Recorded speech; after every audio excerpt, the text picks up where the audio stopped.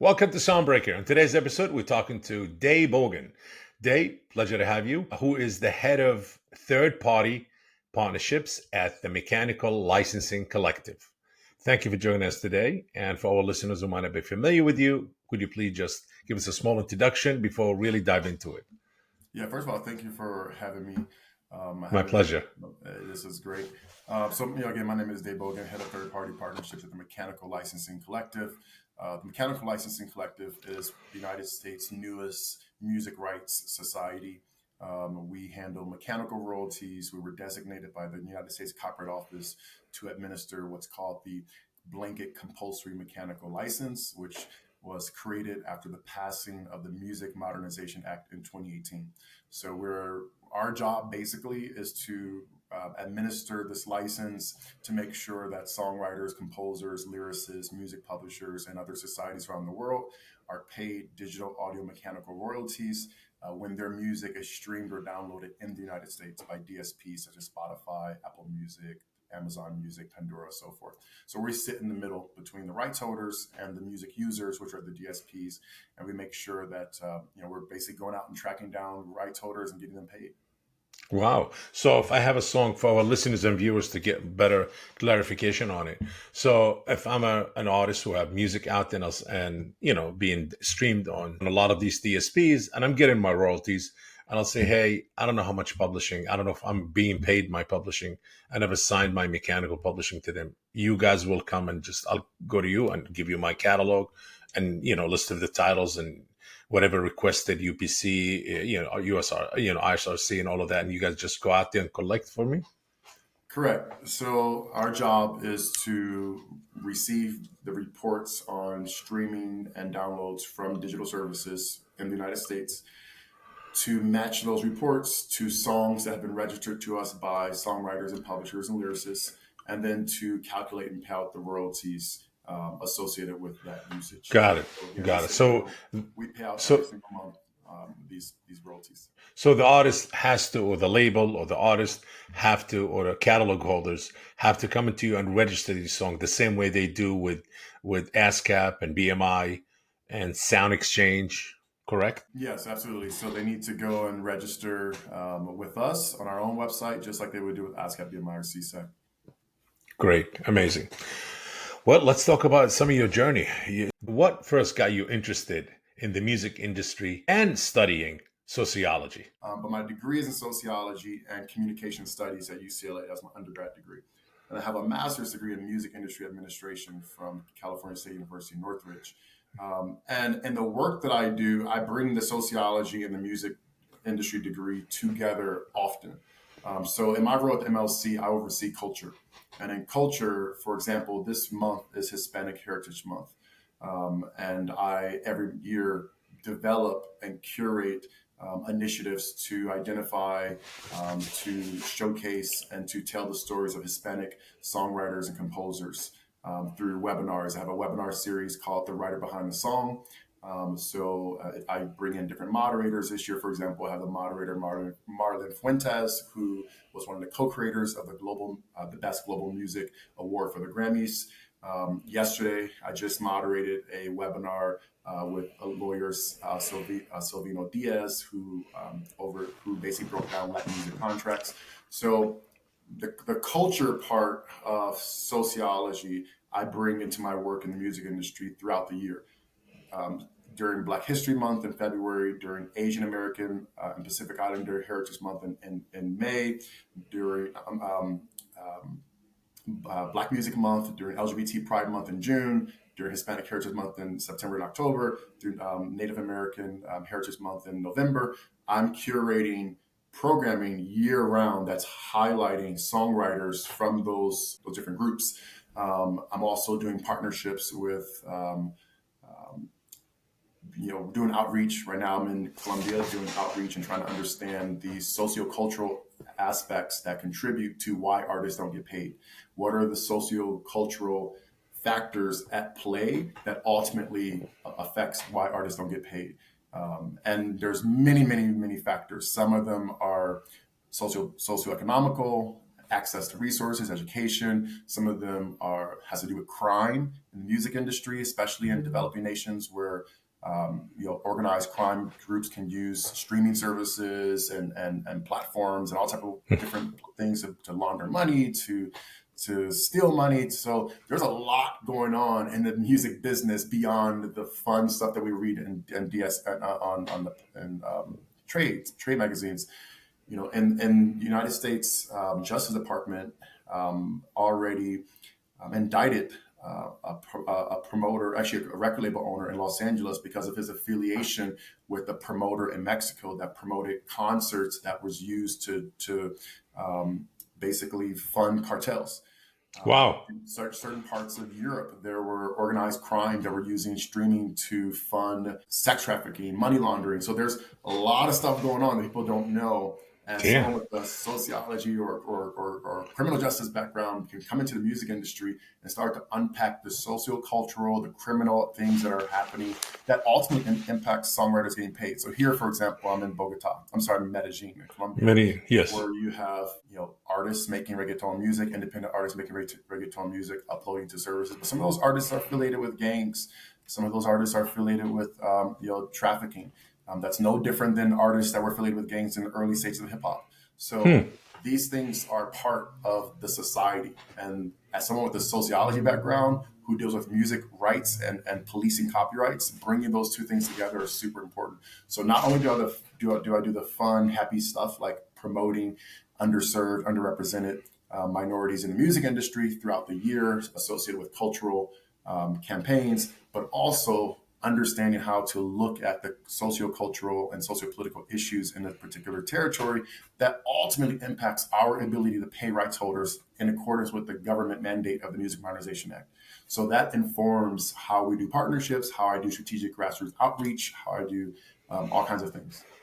Amazing, really interesting. I mean, to me, music always been, yes, always based on culture and your surrounding, what you went through, who you associated with, and you kind of bring that into through your thoughts and feelings and emotion, and you build your music around it, whether it's you're a producer or you're a writer or also an artist. So you have all of it all in one. Absolutely, Yeah. absolutely, You know, absolutely. music always, kind of always been the path out of that life and out of that, you know, surroundings to It's a both. better It, way. it, it Yes. definitely serves as both.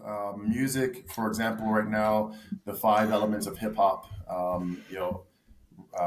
MC, graffiti art, breakdancing, DJ, that stuff, that those elements of hip hop are being used right now in the barrios of Medellin to help kids deter them away from the gangs. So you're Correct. involved in the arts.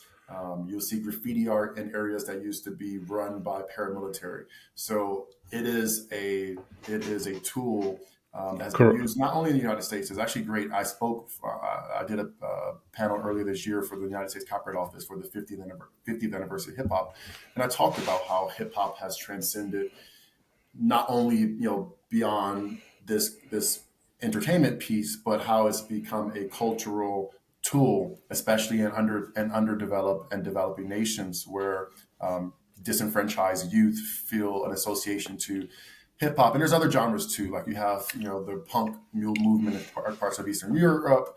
You have other music. So music can be a tool to get you out of that life, but yes. simultaneously there is what's called um, you know certain regional Mexican cartel music, which are like the whole cartel genre of music, which are basically artists associated with it, using concerts to promote and money and launder money. There's artists associated with gangs and producers associated with criminal activity around the world. So you have both going on. You have these two Uh, simultaneous things happening, and it's interesting because at the end of the day, all the music, the good and the bad, the associated with good things and associated with bad things, could end up in the same space, which is the digital services. So it's our opportunity and our responsibility to try to understand it and try to figure out how to maximize the benefits for copyright owners given the nature of humanity. I never had such a conversation. I had a lot of conversation into the music business, music tech, but not music science. And this is to me a science, actually. You're I'm pretty glad you interesting. said that Yes, because that music science. Yeah, this is because everything's now music tech. I'm in the music tech business. Music tech. That's a new thing. yeah, I mean that's how you build the tools, right? Yeah, and now music science, which is pretty interesting and intriguing and very informative. That a different side of it that nobody really looked into. To me, the days of gangs being involved in the music biz is kind of over. I thought.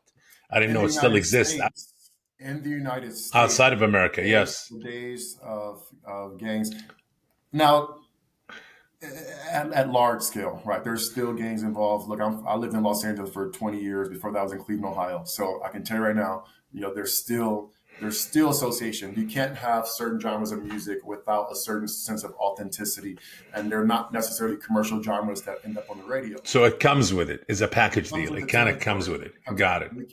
and you can't turn a blind eye to it if you want to do an effective job as a rights society.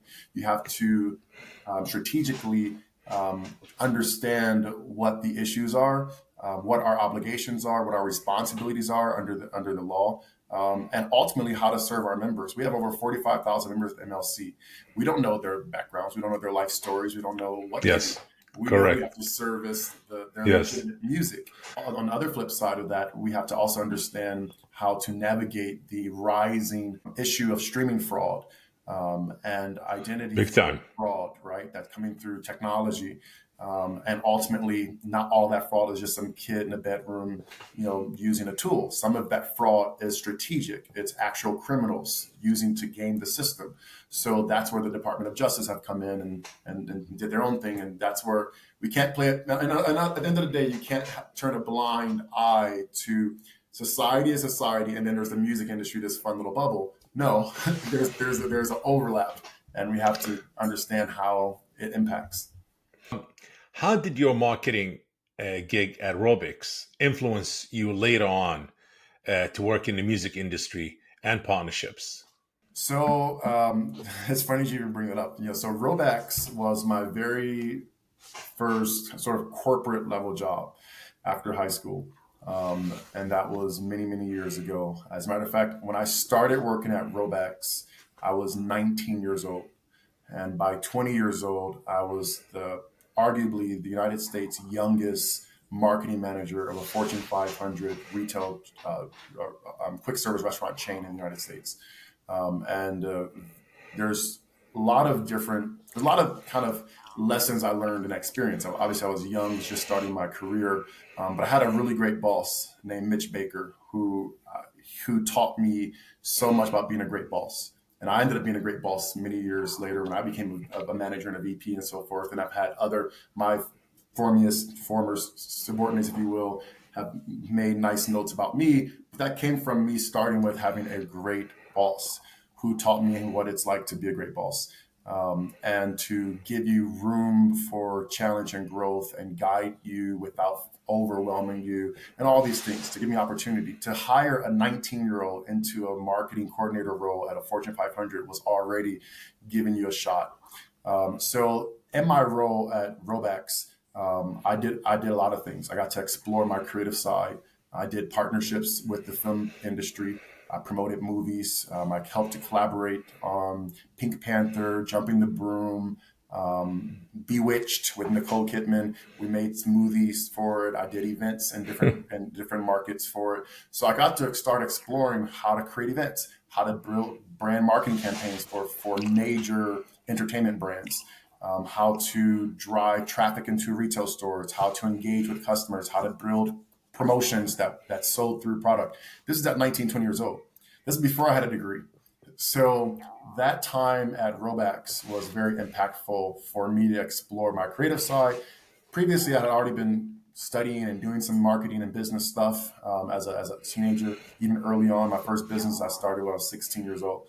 But that was my first corporate America job, and I learned a lot. And those lessons went on with me to become a great, what I believe, a good manager of others. I've had many managerial roles, and ultimately, to give people opportunity that are underdogs.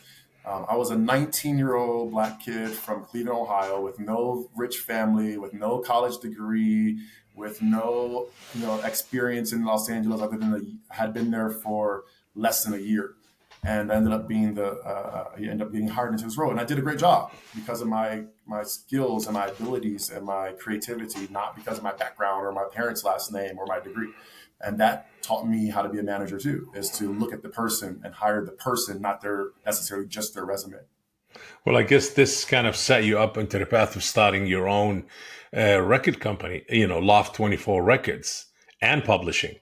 You also, how did you manage to connect Reebok also to the Rip the Mic tour? So it's all together from the label. So I first of all, I've done a lot of different things, and it's in my career, from being in the beverage and quick service restaurant industry, hopping over to the footwear and apparel retail industry, right? So when I left Robex, when I was working at Robex, I was going to school full time on nights and weekends to get an associate's degree. Then I transferred and got accepted to UCLA Honors College.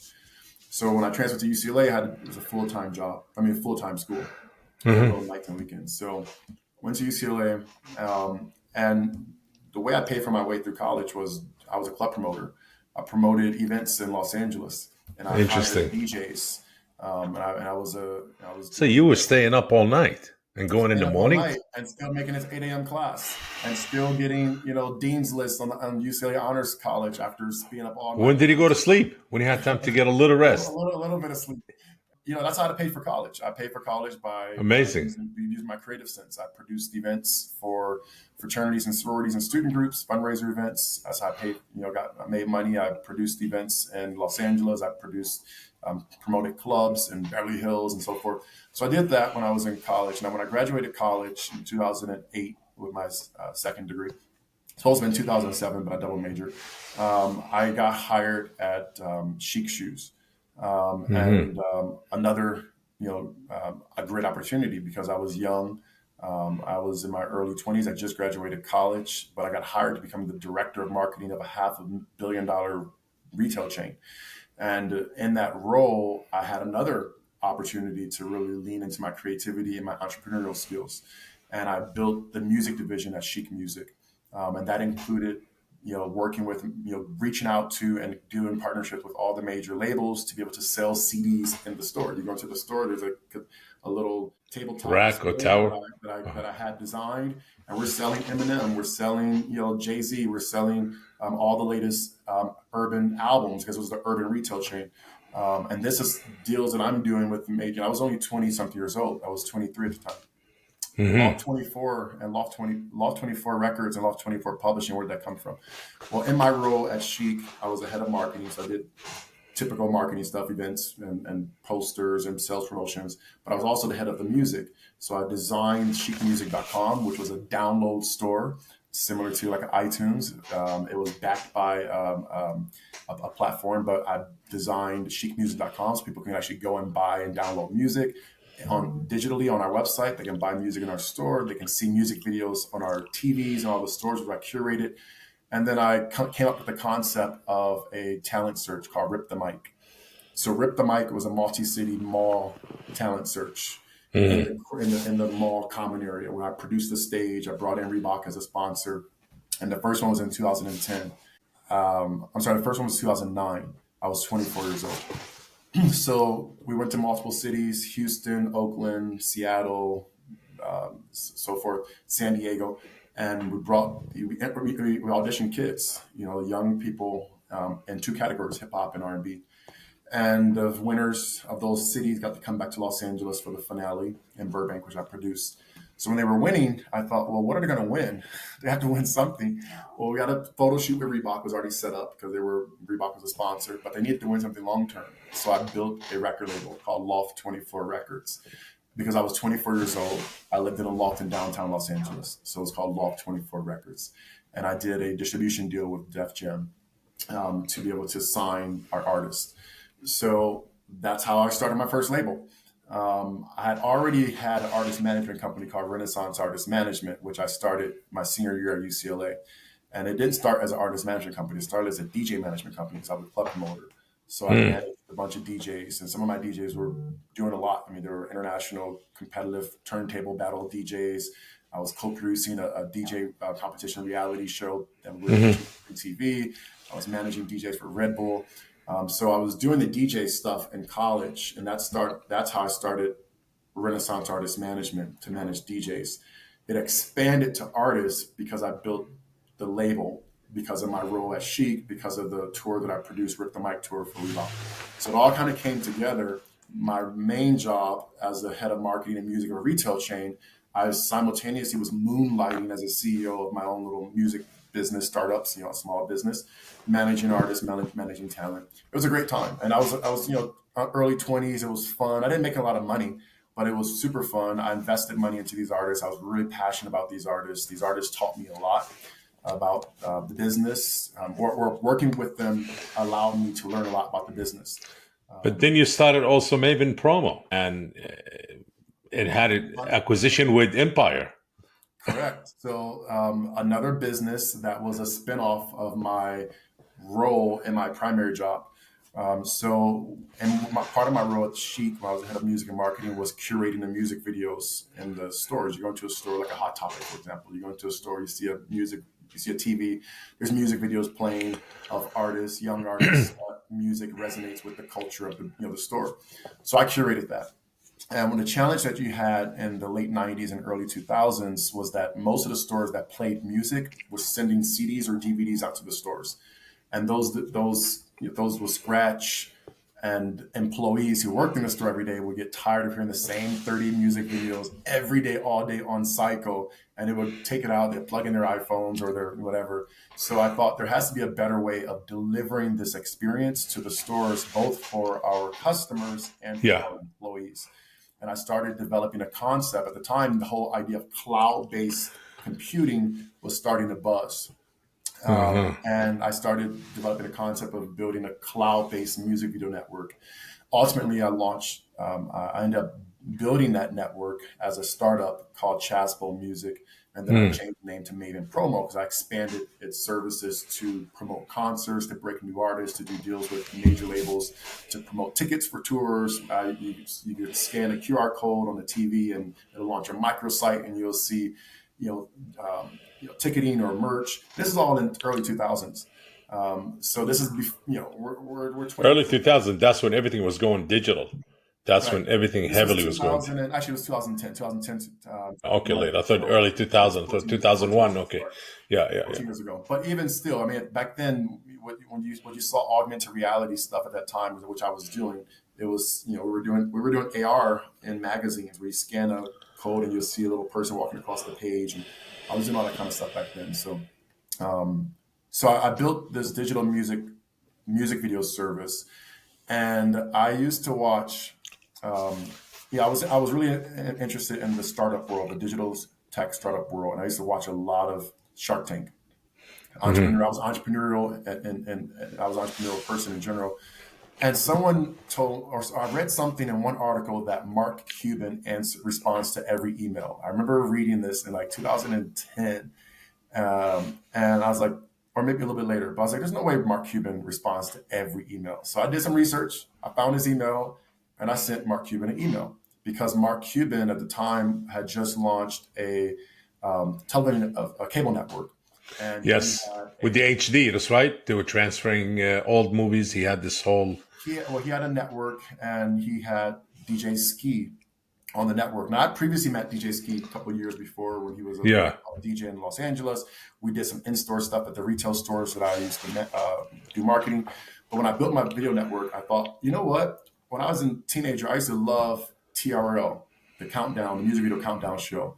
If I can get DJ Ski, who loves sneakers, to partner with me to do a countdown show where we promote music videos, and between those music videos we promote sneakers because he loves sneakers, and I was doing music in the sneaker store. That would be the concept. So I reached out to Mark Cuban. I didn't think I was going to get a response. He responded, connected me with Ski, set up the meeting. I went in with DJ Ski. We did the deal, and I built a show called Ski Locker, and it was a 30-minute countdown show. and we would promote 10 music videos from major labels. And between the videos, we promoted sneakers from Nike, from Adidas, from Converse, and it was like a TRL style show, but this is instead of interviewing artists in between, he's highlighting, talking about sneakers, which is great in a sneakerhead store because we're a music video network in a sneakerhead store. Hmm. And I did a similar partnership with MySpace. I went into I had a good friend, a colleague of mine who worked at MySpace, and she's from the very beginnings, helped to start MySpace Music, and I built a show called MySpace Presents. It was a 30-minute show where we presented artists that MySpace music department selected. It was called MySpace Presents. It was all branded. So all this ability to brand, create strategic partnerships, to create opportunities that started from Robax, from working with entertainment marketing at Robax, and also my own creative capabilities over time. So this all just keeps snowballing. I see. And getting But you were closer. on the right path, and you had your mindset in the right direction. I didn't have a plan, right? I Hmm. had a goal, which was to work in the music industry. That's why I went to Los Angeles in the first place. But that was to be an artist. I didn't want to work on the business side when I went to Los Angeles. I went to be an artist. I pivoted to the business side, and I everything else just see. continued to snowball as opportunities presented themselves, and my skill sets, propelled me into those opportunities. So Maven Promo was eventually sold to Empire. So Maven Promo was acquired by Empire. I'd known Empire Ghazi for some time. Yeah. Like I said, I oversaw music at Chic. Chic Shoes was the number one urban retail store on the West Coast. So everybody who's anybody in hip hop and R&B knew Chic Shoes. I was promoting artists, helping labels break new artists. I promoted concerts in malls. Some of the artists that were involved in Chic music at the time when they were young were Kendrick Lamar, YG, Ty Dolla Wow. Sign, Nipsey Hussle, Dom Kennedy. These were young artists who I used to work with who were just starting. I put YG and DJ Mustard on a multi-city tour to be judges of the Victor Mike Talent Search.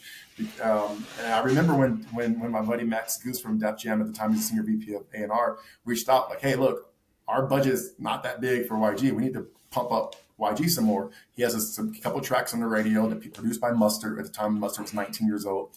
And I said, "Look, I have this multi-city talent search going on. We're going to Seattle. We're going to Vegas. We're going to LA. I'll make YG a judge so we can keep him on the road, even though your budget's not there. We'll get him on the road. He'll be the guest judge. So, oh, you got to bring his DJ too. Who's his DJ? His name is Mustard. Now, of course, Mustard is now one of the biggest multi-Grammy award-winning producers, but he was a 19-year-old DJ at the time. And that was Hmm. my biggest regret is when Mustard asked me to manage him because he managed DJs. And I said, I cannot because all the clubs I worked with were 21 and over and he wasn't 21. And then, of course, 2 years later, he signed one of the biggest publishing deals on the West Coast at the time. So Wow. I missed out on that. But this all kind of was happening organically. This wasn't like I sat down and made a plan. I started my life in Los Angeles as an 18-year-old homeless, unemployed kid from Cleveland, Ohio, with no network, no contacts, no experience. What an And inspiration. What an amazing pure inspiration. ambition, pure Yes. drive, pure belief in myself. $400, a computer, a tower, and a duffel bag. December 4th, 2003, which is tattooed right here. That's how I started my life. So none of this was all believed in myself. Also learning, constant learning, applying myself, taking risks, investing in myself, paying for my own college 3 times because my parents couldn't do it and I didn't get scholarships.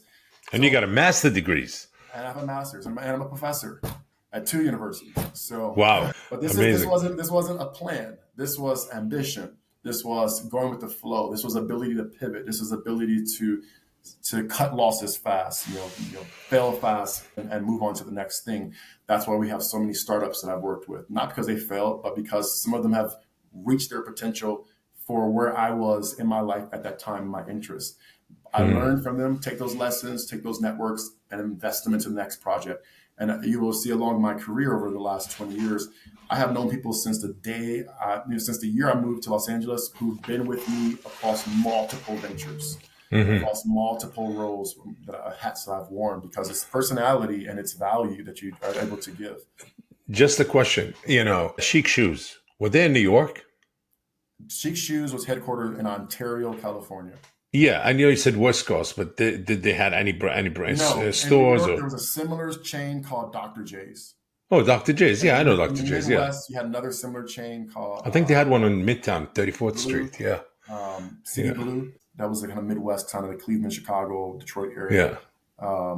We acquired 10 locations in Chicago and Detroit, in the Midwest, in 2012. That's when I got laid off of Chic because we acquired and I got Yes. two Got roles. it. I got laid Yeah. off. That was devastating in the moment, but it was actually the biggest door opener in my music career because getting laid off of Chic ended my career in the retail world and opened the door. Well, I opened the door for me to lean in Yeah. to investing into starting businesses in the music industry. Your experience from marketing to owning a record label. So obviously, I would, the way you were pivoting, I would say you'll end up either owning your own company again in the music industry, or kind of pivoting towards festivals, music festivals.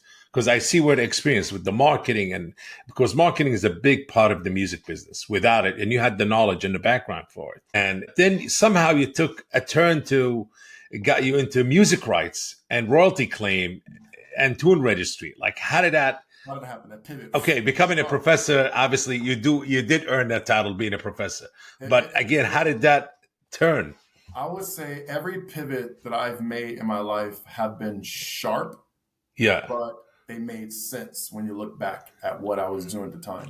Mm-hmm. So, I pivoted from the Robax, which was a fruit smoothie, healthy juice retail chain, quick service retail chain, into eventually, footwear and urban streetwear, producing, the launch of Rihanna's Fenty collection in San Francisco. You give a lot of credit to the Rollbacks, I'm noticing. And you keep going back to it. That's the start of my, that's the entry point of me in corporate America. And a real career opportunity, but really because I learned a lot in that short time I was there. Yes. That's why I give a lot of credit to Mitch Baker, who was my your boss, and you became a great boss through. He was your mentor. Connected on LinkedIn.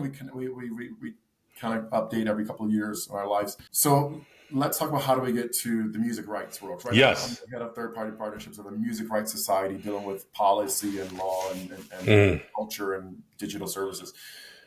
Well, the first entry point to what led to the music rights world was when I started managing songwriters and artists. Right when I started my record label and my publishing company when I was 24 years old. I started Loft 24 at Records and Loft 24 Publishing when I was 24 years old. Because I started these record labels and publishing companies, I had to have a recording contract and a publishing contract with artists and songwriters. Now, I already knew about management contracts because I already had a management company, Renaissance Artist Management. So now I had all three roles that an artist deals with: manager, a label, and a publisher. And I was the owner of these three things, although I had different partners in each of these three ventures. So I got to see across these three types of roles, these three perspectives of deal making, obligations, and so forth. So that was on the creator side. But then after Chic, I started my in-store music video network, Maven Promo. And that's the music user side. That's the license C side, where I'm licensing music from music owners to play in the retail stores.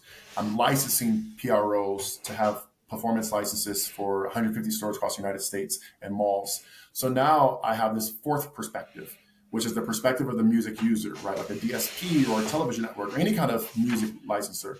Mm-hmm. So I'm on both sides of the table. I'm on the music copyright owner side because I own the copyrights, and I'm on the user side because I had to license the copyrights. And that's when I really started to see the loop, the disconnections, because I was paying royalties to PROs as the music service for songs that I own as a copyright owner, but was not getting royalty payments as a member of the society for that usage. And that's when I'm like, how's that possible? I know my song was streamed in this store on this date because I own the network. And I know the royalties for it was paid to the society because I paid the royalties as the music licensee holding the performance license. And I know the song was registered because I'm a member of that society. So when I started to see that and some other issues I was facing as a songwriter manager, I started to dive deeper into this this issue of black box royalties, unclaimed royalties, licensing inefficiencies, society inefficiencies, and started to explore it first as just a copyright owner and an owner of a digital service. But then when I got laid off as Chic, I was running my in-store service. I started to build a tool for me to better manage my catalog. That tool became Tune Registry. And it was a catalog management system that helped me administer and register my songs in a more efficient way. Right now, of course, there's publishers and songwriters in 60 countries using the platform. But it started with me building to solve for the issue that I was facing, which was my catalog needs to be registered everywhere. It needs to be registered on time. It needs to be registered efficiently, so that we can address this issue of black box royalties and incomplete registrations and so forth. Now, California State University Northridge came out with a master's degree program around the time they got laid off at Chic Shoes. It was the first master's degree on the West Coast for the music industry. They were only in their first cohort, 20 students were in the program, so no one had graduated yet. I applied and got into the second cohort. So I was cohort 2. They're now at cohort 13. I got into this program. At first, I remember they were like, "You really want to come into this program? You seem overqualified. You own a record label. You own a publishing company. Some of the speakers we have coming in, your colleagues, what you're friends with." I was like, "No, I want to come into this program because partially I want to get the credential for the things that I already knew." Some people didn't take me serious. I was a young black guy, and I was building tech. Okay, I was trying to raise money for tech software. I would go to conferences. I would not see many young black guys at these conferences in general, certainly not on the panels. I was invited to speak on panels. I was often the only one. I'm trying to raise money at VCs who wouldn't even take my call. I need to get the credentials to demonstrate that I have the experience that I know I have. But that's why I went and get the master's degree. And now that was a great opportunity because I took a class that allowed me to music publishing and copyright administration by Steve Winogradzki, who literally wrote the book on it. He's kind of the godfather of music publishing. I took his class right before he retired. And that class allowed me to explore the global music licensing ecosystem independently outside of the class, to dive deep into the issues related to unclaimed royalties. And I started doing independent research. That research went into me building another company called Royalty Claim. So I knew my interest was now music rights, copyright administration, music publishing. It was no longer the creative side of the business, managing talent, promoting artists. So I closed my businesses. They didn't fall. Well, Tune Registry got acquired by Jamber, correct? I closed Loft 24 Records. I sold back the masters to all the artists for $1. I gave them their masters for $1. I maintained the publishing side because I needed to use the publishing to test the technology stuff I was building. But I let go my entire roster of the artist management company. Wow. I knew I was pivoting away from being close to the artist as their companion, as their promoter, cheerleader, and instead I wanted to empower thousands of artists around the world with education, with tools and resources. And that's where I built Tune Registry. I partner with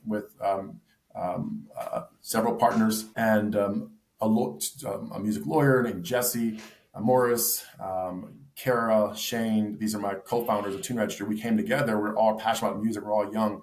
And we built Tune Registry. It's the world's first music publishing administration platform for self-administered songwriters. And we built up with our own money and our own time. And that input came from my experience and Jesse Moore's experience as a young music lawyer. And Kara McGee experience as well as a lawyer and also a musician and the daughter of a renowned musician. So we all came together and we built this software. Now, Royalty Claim became the world's first search engine of unclaimed music royalties, which came out of my research, my grad school research into the global music rights issues. And that research eventually made its way over to the United States Congressional Budget Office. And that research was sourced during the analysis of what became the Music Modernization Act. So eventually, I was invited to DC by who at the time was a copyright lawyer at the United States Copyright Office, who is now a copyright board judge, Steve Ruwe. He invited me to come to DC to explain to the Copyright Office how it would go about doing global outreach to artists when this new organization, MLC, comes about. And that's the role I'm in now. Interesting. So I'll So just you had, but you had two exits. What I say, that's right, Maven. so I sold Tune Registry. So Tune Registry was acquired, and Maven Promo was acquired, and I also had Royalty Claim was acquired as well. So I had three tech startups that Exits. were acquired. What a journey. And, let's talk about for a second about your, you teach at school in UCLA. You teach music industry entrepreneurship. And tell us about the rewards of that. So that kind of came out of prior to first of all, I never wanted to be a teacher. It was never something I woke up one day and said, hey, I want to be a teacher. Me getting into teaching at the academic level happened after Chic. When I left Chic, I was like I said, I was laid off of Chic. Of course, I was working on my startups at the time. My startup at the time was Maven Promo, and I had another one called Songbank. But I was working on these startups, but you don't really make a lot of money when you're working on a startup, so you need to still make money. So I had to look for a job. And there was an opportunity at Emerson College. They had just posted looking for a professional who had experience in entertainment marketing and cross promotion to develop and teach a course on entertainment marketing and cross promotion at Emerson College in Los Angeles. So I applied, obviously had a background in this, and I built this course. So that was my first foot into being an educator. I was an adjunct professor at Emerson College. Now, in addition to me running my own startups, I mentored young entrepreneurs. I was a South by Southwest music mentor. I was a South by Southwest V2V mentor. I advised and did consulting with startup founders through various accelerator programs on the West Coast. So I was in the startup scene, right? Going to conferences, speaking at different conferences on being a founder. And one thing I saw was a lot of the startups that I was mentoring or advising or even investing into when I had a small little advisory agency. They were getting sued left and right by major labels and publishers for not having proper licenses. When I would read their pitch decks, the pitch decks would not include the content licensing costs in their revenue or profit projections. So I would go back and give them advice. So I'm looking at this mess and then realize who else was getting sued at the time? YouTube, Spotify, every other major big DSP or digital service for not properly complying with intellectual property laws. Yes. So I thought, well, I'm finishing my master's in music industry administration. I have all this experience advising startups. There needs to be a class at the college level for young people who want to go into building these startups. And that's why I pitched the idea to UCLA. I went to UCLA. When I went to UCLA, there was no music industry program at all. It was music performance. After I went to UCLA, there was a music industry minor. There was no music industry major. Now there's a music industry major. I teach, I teach in it. So there was no music industry program. But at the time, Dr. Gigi Johnson started the UCLA Center for Innovation. I became their first innovation fellow. And I pitched a course. We did a summer course in 2016 on music tech startups and entrepreneurship. And I mean, it sold out. It was popular. So that course went from being a test during the summer to a part of the year, the full year curriculum. And basically I built this course to address non-music majors like computer science majors, business econ majors, pre-law majors, who are the ones that ultimately become the next Daniel Ek, the next whatever, right? When you go and talk to most music tech startups, they don't have, the founders do not have background in music. They have background in computer science, they have background in psychology, they have background in English, they have background in mathematics, they have all these other backgrounds. So I built a course for non-music majors to learn about the music industry because these were the ones that I was experiencing as an advisor at accelerators and as a mentor at startup competitions. They were the ones who were presenting these ideas. They didn't have any background and a lot of times no respect for the music or the artists. It was always, they get promotion out of this, so we don't need to pay anything, right? So I thought we need to have a course so that these young people who are getting degrees in whatever major who think they want to build the next Spotify or the next download store, the next ticketing platform, will go through the process in my class. So in 10 weeks, they go through the whole startup process. They learn about licensing. They learn about product roadmaps. They learn about wireframing. They learn about dealing with artists and labels and negotiating. They learn about company culture and financial projections and revenue projections. So that's what the class I teach at UCLA. Interesting. At MLC, what is your main focus in helping with music rights and metadata? So MLC as a organization, Yes. it is a data-driven music rights organization. We're a tech. Mm-hmm. I always say we're like a tech startup because these professionals came together. We came together in early 2020 during the pandemic, and we were charged with having to build an organization that had to go into full operations January 1st, 2021, which was the height of the pandemic. So we came together with our various experiences, our skill sets, and our backgrounds, and we built a music tech startup that is charged with doing one of the biggest jobs in the world, and that's processing the United States digital streaming and download activity and paying out royalties globally in multiple currencies to rights holders and on every continent in multiple currencies. So we're our big data analytics officer now. Andrew, who was previously the head of data analytics. We have different roles. My role is partnerships. Again, that comes from my background. Partnerships at Robex, partnerships at Chic, partnerships along the way. I develop strategic partnerships that are in the United States and local. Regional. I've been in Medellin, Colombia for the last year. I have partnerships across the country. We've been able to find artists in Peru. We've been able to find artists in Ecuador, Brazil, Colombia, Mexico, because we have our boots on the ground, right? Doing strategic partnerships, and that's what I do. But I also have a background in the data. So I built the DIRT, the Distributor Unmatched Recordings portal. Yes. That portal enables music distributors around the world to have visibility into our unmatched recordings so that they can go back and connect their artists to get paid. We've been paying out artists all over the world, tens of thousands, hundreds of thousands of dollars that they would have never gotten paid before. Amazing. I mean, there's still so much money in this black box, the music industry black box. There's so much money in publishing. And the money is going to continue to enter the black box as long as every rights holder does not have the access or education about mechanical administration in the United States. And that's part of the reason while I'm out doing the work that I'm doing in different countries is the education. I'm not educating artists. No, I'm educating music lawyers. I'm dealing with music lawyers in Colombia who don't know how rights administration operates in the United States. I'm dealing with managers. I'm dealing with labels and publishers. So not just individual artists. I'm dealing with entire ecosystems so that they understand, one, they have the right to this money, and two, there's a process for claiming it. Different territories have societies that they can work with, and we make sure they know who their society is in their territory. But it's important that we educate because we're charged to do that by the Music Modernization Act. Yes. To find every rights holder to get them paid. But what really, you've been through it all. You've seen it from digital. You worked at stores, marketing and all of that. You've seen the whole thing and how we're pivoting and how technology is accelerating every day.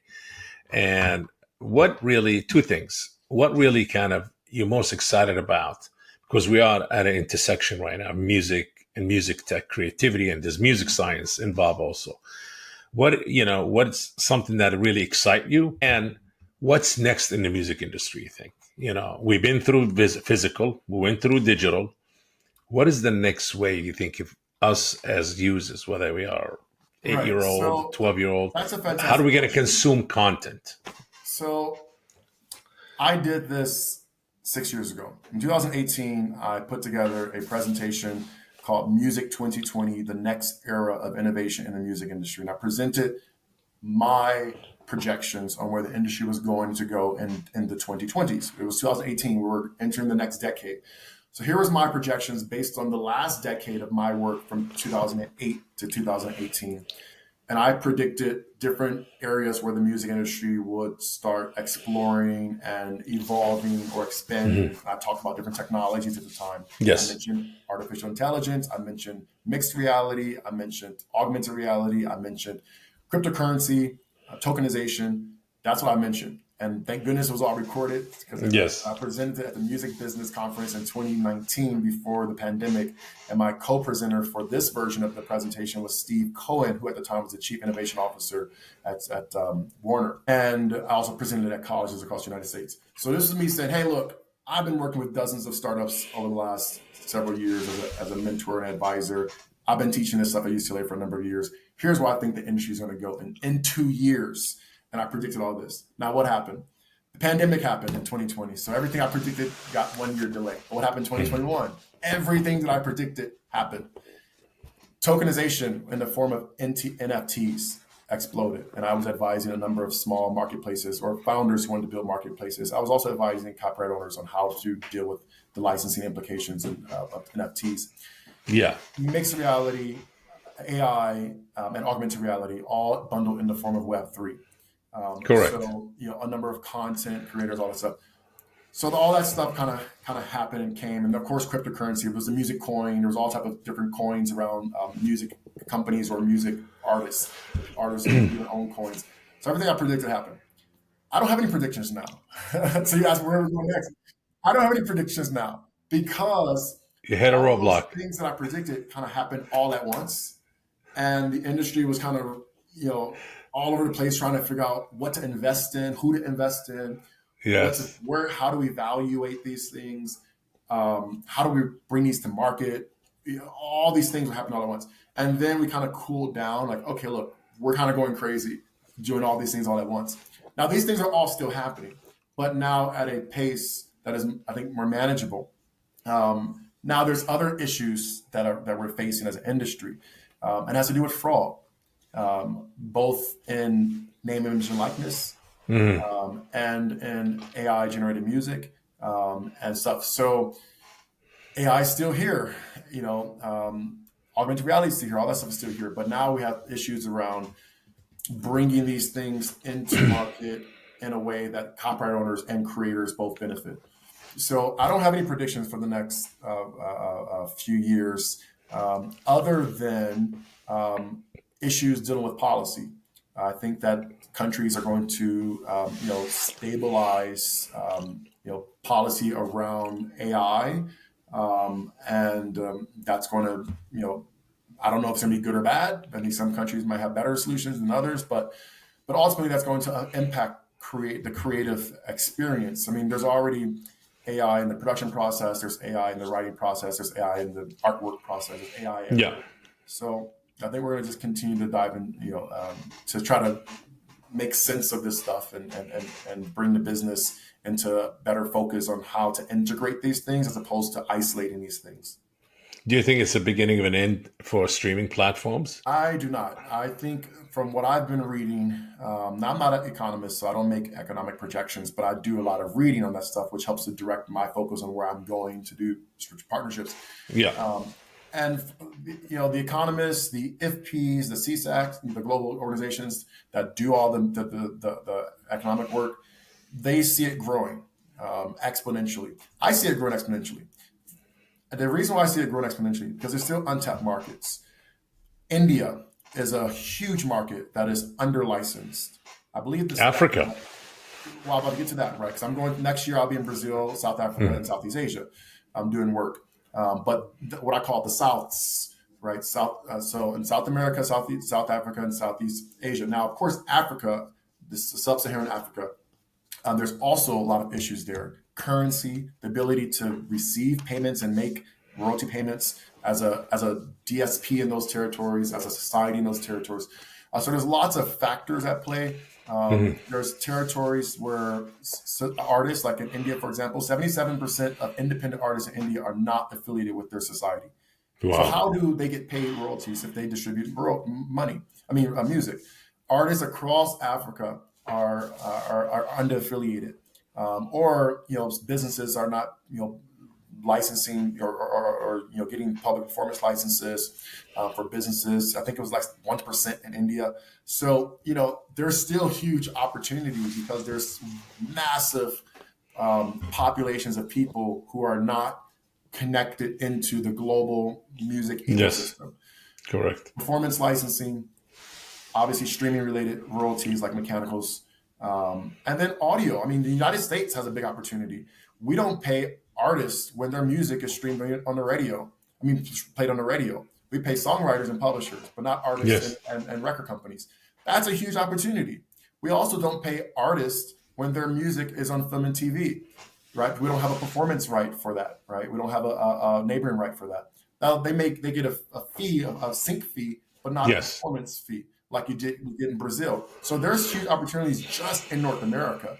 But when you look at North America, look at India, look at Africa, all the sub-Saharan Africa, parts of Eastern Europe, there's a lot of, even here in Latin America where I'm at, there's still a ton of opportunity.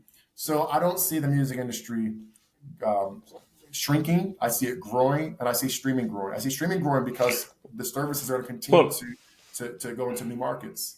Got it. Well, I wasn't meant to shrink, just a new way of consuming content, as we go through change of technologies.